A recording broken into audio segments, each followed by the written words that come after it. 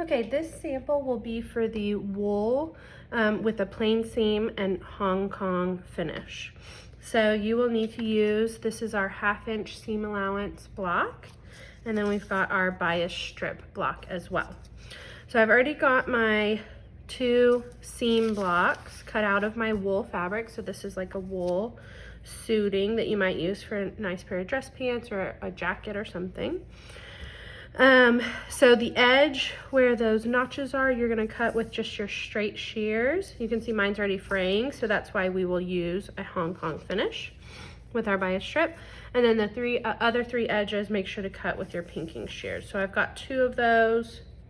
When I lay them out, they should be, so when the right side of the fabric is facing up, the 2 straight sides should be opposite each other, kind of facing each other. So this one's on the right side of the piece. This one's on the left side of that piece. Okay, so I've got those cut out, and then I just wanted to do a quick refresh on how to cut out your bias strips. So your bias strips you can cut out of just your cotton fabric. So this is the printed cotton. I've already got mine pre-cut out of a cotton fabric, but just as a refresh, that grain line that's going diagonally down your piece still needs to be parallel to your selvage. So this is my selvage right here. This is my torn edge when I put it on grain. And now I'm just going to put my piece here, make sure that that grain line is nice and straight compared to, so I'm putting my ruler here. So I've got my ruler straight at the grain, at the selvage, and now checking that my grain line is also parallel straight to that.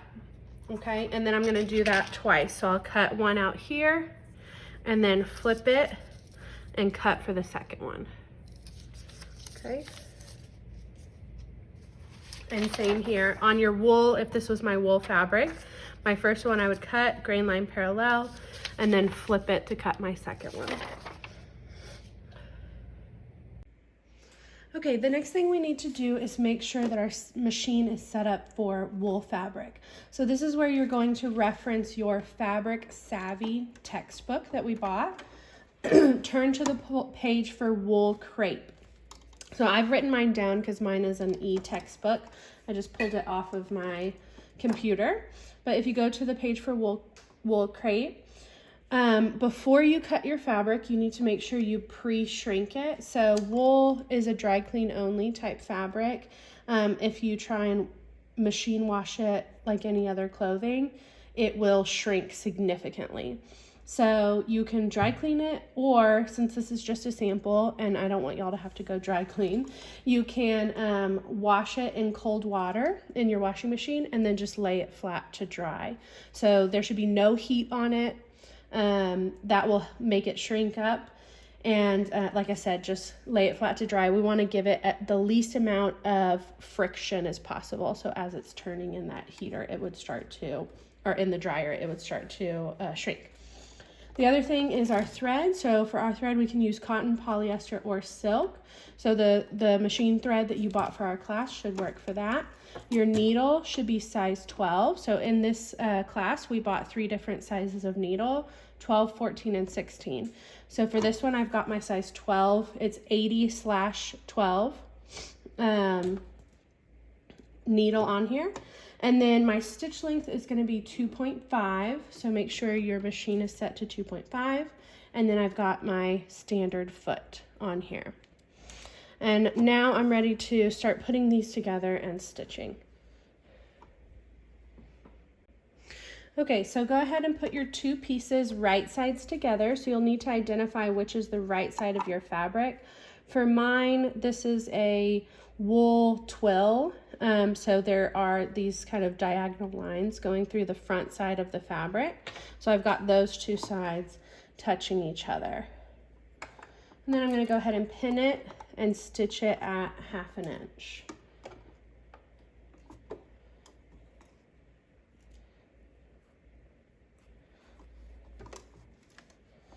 Line that up with that 1/2 inch marking on your machine. You should have that notch to tell you where the 1/2 inch is on your fabric. Start with your back stitch.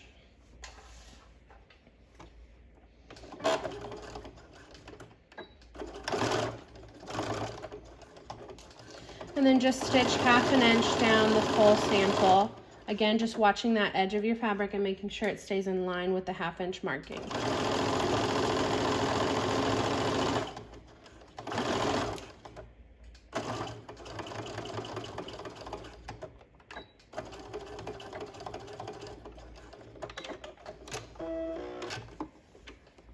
So there is my 1/2 inch seam at the moment. Okay, now we're going to come over to our ironing board and we're going to trim this up. So any threads from stitching that you have hanging off, go ahead and get rid of those. I'm going to trim up these little threads that are coming off the edge of my fabric just to get rid of them, clean it up a little bit. Okay, now we're going to bust this open. So open up your 2 rectangles, lay that flat on your ironing board, separate your seam allowances. I'm just going to finger press that to get it to lie down temporarily while I put my press cloth on top.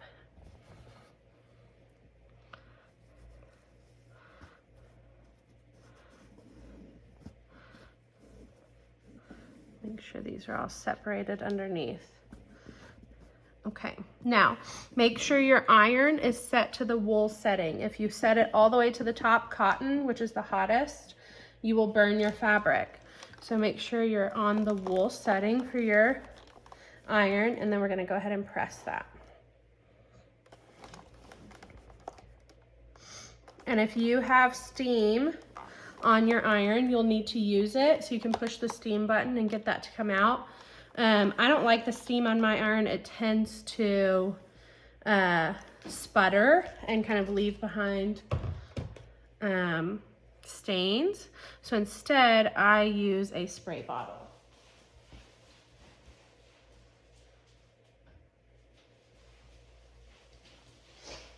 So here's mine right here. Little spray bottle, just give it a little quick squirt. And I'm trying to get, when I do my spray bottle, I try to get it on a mist, like a fine mist, rather than a thick squirt, because you just kind of want a very thin layer of water on there.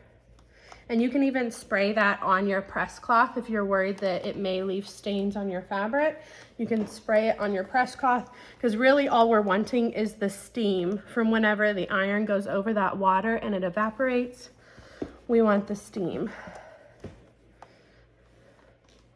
Okay, now with wool, wool tends to have a very strong memory, so it wants to stay flat. It doesn't want to crease. So what you've got to do is let it lay flat here and completely cool. If you try to move it while it's warm, it will not keep that press that you just put in there. And then another thing that you can do is put something heavy on top of it, like a book. So put a book on there and let it lay flat while it is drying or cooling. Okay, so once you've got that fully pressed, your seam should lay nice and flat. It shouldn't be popping up away from your fabric. Now we're going to single out 1 seam allowance. And we're going to do a Hong Kong seam finish. I'm going to take one of my bias strips. So single that out. Lay your bias strip right sides together. So if this was printed cotton, my print would be face down on top of that seam allowance. And match up your raw edges right here at the top edge. And then we're going to pin that together.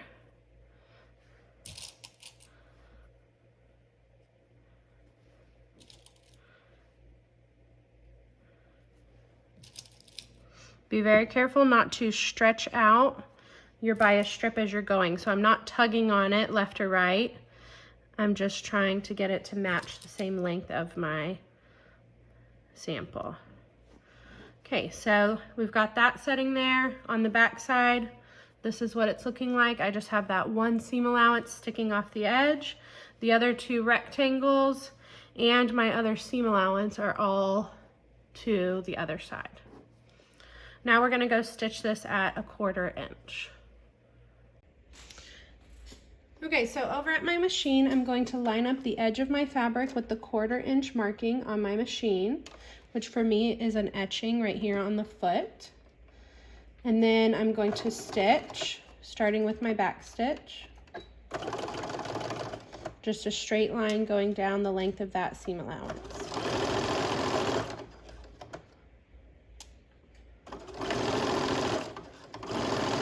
Make sure your raw edges stay even and that it stays even with the marking on your machine.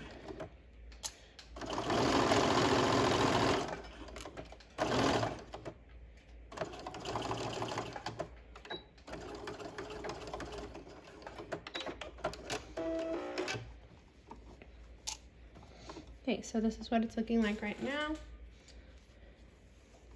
on the back side. Okay, so back to our ironing board. Okay, at my ironing board, I'm going to push my bias strip out. So leave this laying flat on your table, just like I've got it. And then just fold that bias strip out so it's sticking out like your seam allowance here. And you want to fold it all the way to that seam. So your seam line should be right here. You shouldn't have any fabric still on this bottom side of the seam. Okay, so just like that, we're going to press that.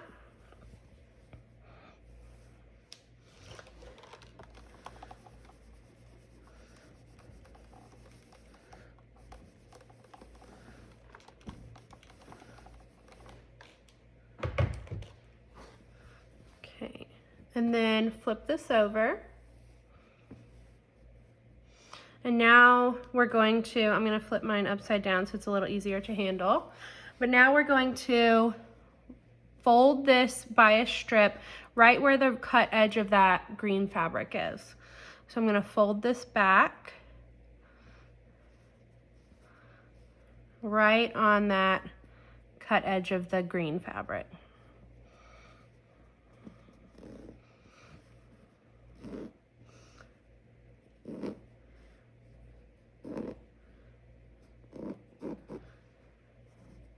Press that as well.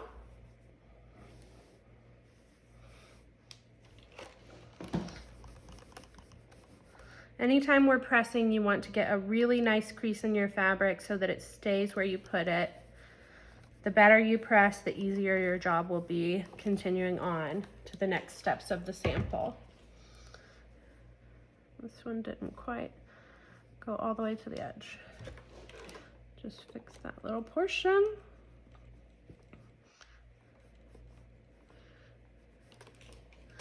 Okay, now I'm going to fold under this raw edge of this pink.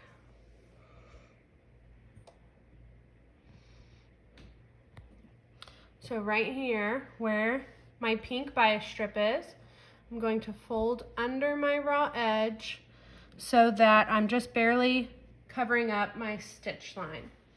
My stitch line is difficult to see since the color of thread that I'm using because of that. So I'm gonna draw it with chalk. Okay, so I just traced over my stitch line. It's a little bit easier to see for y'all on camera. But what I'm going to do is fold under that raw edge just enough to where I can cover up that stitch line. So I should be just barely larger than 1/4 inch wide right here. Okay, and we're gonna do that down the full length of the sample. Make sure it's a nice, consistent width the whole way, and then press it. Okay, so here's that fully pressed portion. So getting the right width on that step that we just did is extremely important in this sample. If it's not the correct width, if it's not just barely more than 1/4 inch, and it's not covering up that stitch line, then your fabric will not get caught on this next step that we're about to do. Okay, so now I'm going to flip it over back to the front, and I'm going to pin it. And there's a very particular way I want you to pin it as well. So what we're going to do is take our pin, stick it right in the seam line, or we call that the ditch. So what we're about to do is called stitch in the ditch. That's another term that you need to know. But we're gonna put our pin right in that ditch line or that seam line. On the back side, double check that it is catching your fabric on the back, because that's how we know when we stitch in the ditch that it will actually catch that back fabric. Okay, and you're going to continue doing that down. So pin goes right in the seam line or in the ditch, and then you can pin it towards the center of your sample. So double check on the back that it actually caught the bias strip.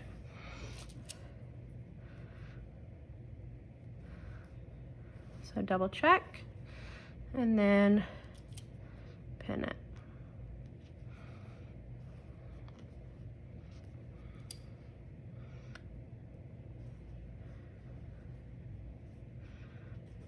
Okay, now we're ready to go stitch in the ditch here from the front side, and it will catch the back side of that bias strip.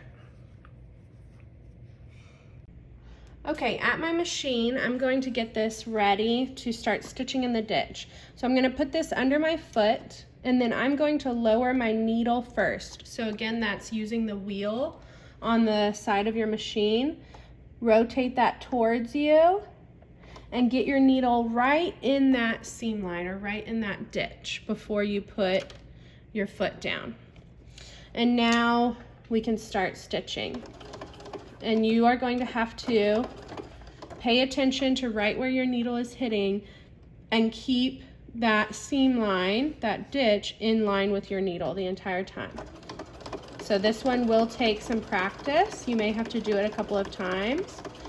And it will take slow speed. So make sure that you are not going too fast until you get used to it.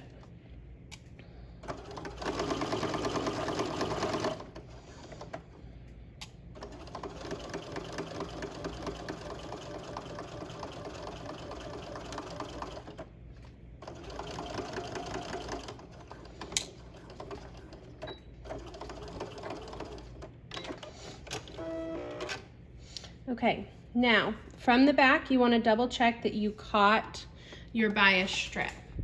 So it should look like this, should look almost like an edge stitch on the back. If there's a portion where you did not catch your bias strip, you'll need to take that out and redo it. Okay, and then we're going to do that on the other seam allowance as well. So now we're done with that seam allowance.